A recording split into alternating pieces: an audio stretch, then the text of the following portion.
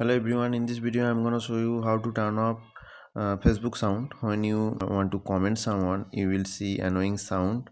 Even if you like any post, you will hear annoying sound like this. So if you want to turn this off, uh, then you need to open your Facebook account, then log into your Facebook profile, click profile picture icon here, scroll down,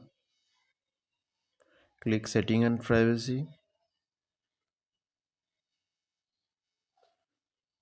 go to settings, scroll down.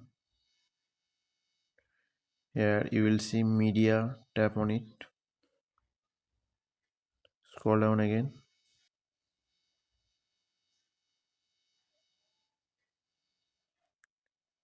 Here you can see this sound in the app, it's already turned on. So if you want to turn this off, just uncheck it, and that's it. Now you can easily comment or like any photo. You won't get any sound from your Facebook app.